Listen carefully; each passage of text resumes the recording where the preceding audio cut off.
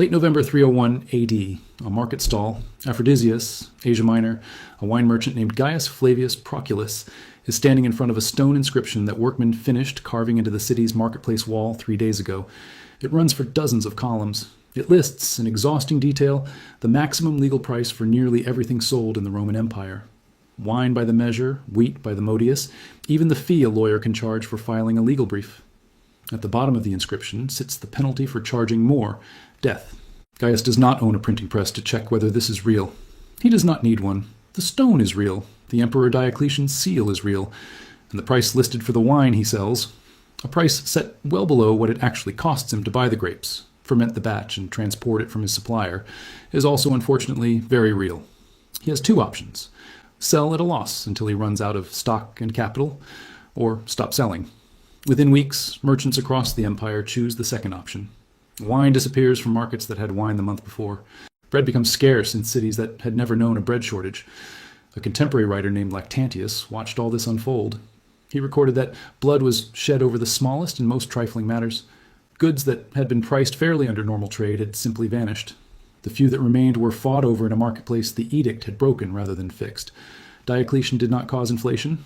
The 70 years of currency debasement before him did that. What Diocletian did was try to outlaw the symptom while leaving the disease running. The dollar is in the early pages of the same edict right now, and almost nobody describing the policy is calling it by its correct name. Stay with me. To understand why the price edict of 301 AD failed as completely and as quickly as it did, you need to understand the problem Diocletian was actually trying to solve, because he diagnosed it correctly and then chose, deliberately, to treat the wrong half of it. By the time Diocletian came to power in 284 AD, Roman coinage had already been debased for decades. The silver content that once gave the denarius real intrinsic value had been reduced, reissue after reissue, to almost nothing. Prices, measured in that coinage, had been climbing for 2 generations as a direct mechanical consequence. This was not a mystery to the people running the empire. Diocletian himself, in the preamble to his own edict, blamed what he called the unlimited greed of merchants and speculators for the rising prices, language that should sound familiar to anyone who has read a modern press release blaming corporate profiteering for inflation a central bank's own policy helped create. Diocletian's monetary reform, issued the same year as the price edict, did attempt to introduce a new, more honest silver coin. But he never stopped the underlying military spending and bureaucratic expansion that required ongoing currency expansion to fund. The empire under the Tetrarchy, 4 co-emperors instead of 1, each with their own court, army, and administrative apparatus, cost dramatically more to run than the single emperor system it replaced. The fiscal pressure that had driven debasement for 70 years did not disappear because Diocletian disapproved of speculators. It continued, quietly, underneath a price control system that was now trying to legislate away the visible consequence of a cause nobody in power was willing to address directly. The edict's failure was not a failure of enforcement, although enforcement was genuinely brutal. Death sentences for violators, informants encouraged to report neighbors.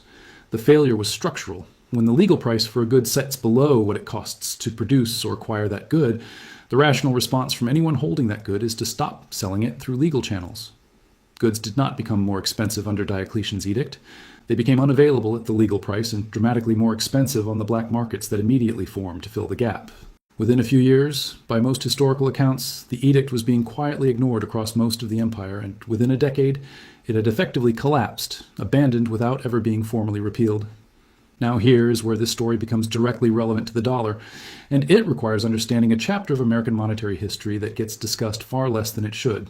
Between April 1942 and March 1951, the United States Federal Reserve operated under an explicit agreement with the Treasury Department to cap interest rates on government debt. Long-term Treasury bonds were held at a ceiling of 2.5%. Short-term Treasury bills were pegged even lower, around 0.375%. This was not a suggestion or a guideline. The Fed committed to buying as many bonds as necessary, at whatever scale required, to prevent yields from rising above those caps. A direct mechanical price control, not on bread or wine, but on the price of money itself. The justification in 1942 was straightforward, and, in its own context, genuinely necessary. America needed to finance an enormous war effort, and doing so at market interest rates would have made the war dramatically more expensive to fund. Capping the rate at 2.5% was, in effect, the same logic Diocletian applied to bread. Rather than let the market set the honest price, the government fixed it below where market forces would have taken it and absorbed the consequences elsewhere in the system. Those consequences arrived on schedule. Inflation after the war accelerated as price controls on consumer goods were lifted, while the interest rate caps remained in place, creating exactly the kind of distortion Diocletian's merchants experienced in 301 AD. Except this time, the affected good was capital itself rather than wine. Savers holding government bonds at 2.5% were earning a return well below the actual rate of inflation, which meant the real value of their savings was being quietly transferred away from them through a mechanism that looked, on paper, like ordinary fiscal management. By 1951, the distortion had become politically and economically unsustainable. The Fed Treasury Accord, signed that year, formally ended the yield caps and restored the Fed's independence to set rates according to its own judgment rather than the Treasury's financing needs. It took 9 years for the policy to run its course from introduction to formal abandonment, a faster collapse than Diocletian's edict, but a structurally identical sequence. Price fixed below its honest level. Distortion accumulates. Policy eventually abandoned, usually quietly, after the damage has already compounded. Now here's the critical part. Because the conversation happening inside Washington and at the Federal Reserve in 2025 is not a hypothetical discussion about whether this mechanism could return. It is a live discussion about whether it has to. American federal debt sits at $36 trillion, add unfunded entitlement obligations for Social Security and Medicare, and the total approaches $100 trillion in present value commitments. Annual interest payments on the debt alone have crossed $1.1 trillion, exceeding the entire defense budget. At current market interest rates, the cost of servicing this debt grows every year, consuming an ever larger share of federal revenue that could otherwise fund anything else the government does. There is exactly one historical precedent for what a government does when its own debt becomes too large to service at honest market rates: cap the rate artificially, the way the Treasury and the Fed did between 1942 and 1951. This is what economists call financial repression. Keeping interest rates below the rate of inflation deliberately so that the real value of existing debt erodes over time rather than requiring the government to actually generate the revenue to pay it down. It is price control applied specifically to the price of borrowing money. The Bank of Japan has already run a version of this for over a decade through explicit yield curve control, capping the interest rate on Japanese government bonds far below what an honest market price would demand, given Japan's own debt to GDP ratio.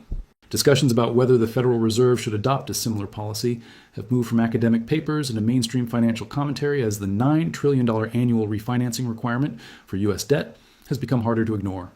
This is Diocletian's edict, applied to the one commodity every other price in the economy is ultimately denominated in: the cost of money itself.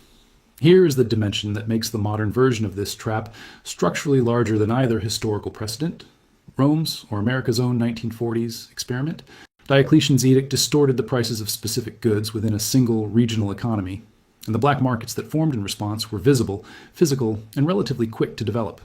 The 1940s yield caps distorted a single asset class, government bonds, within an economy that, while significant, was not yet the central node of the entire global financial system.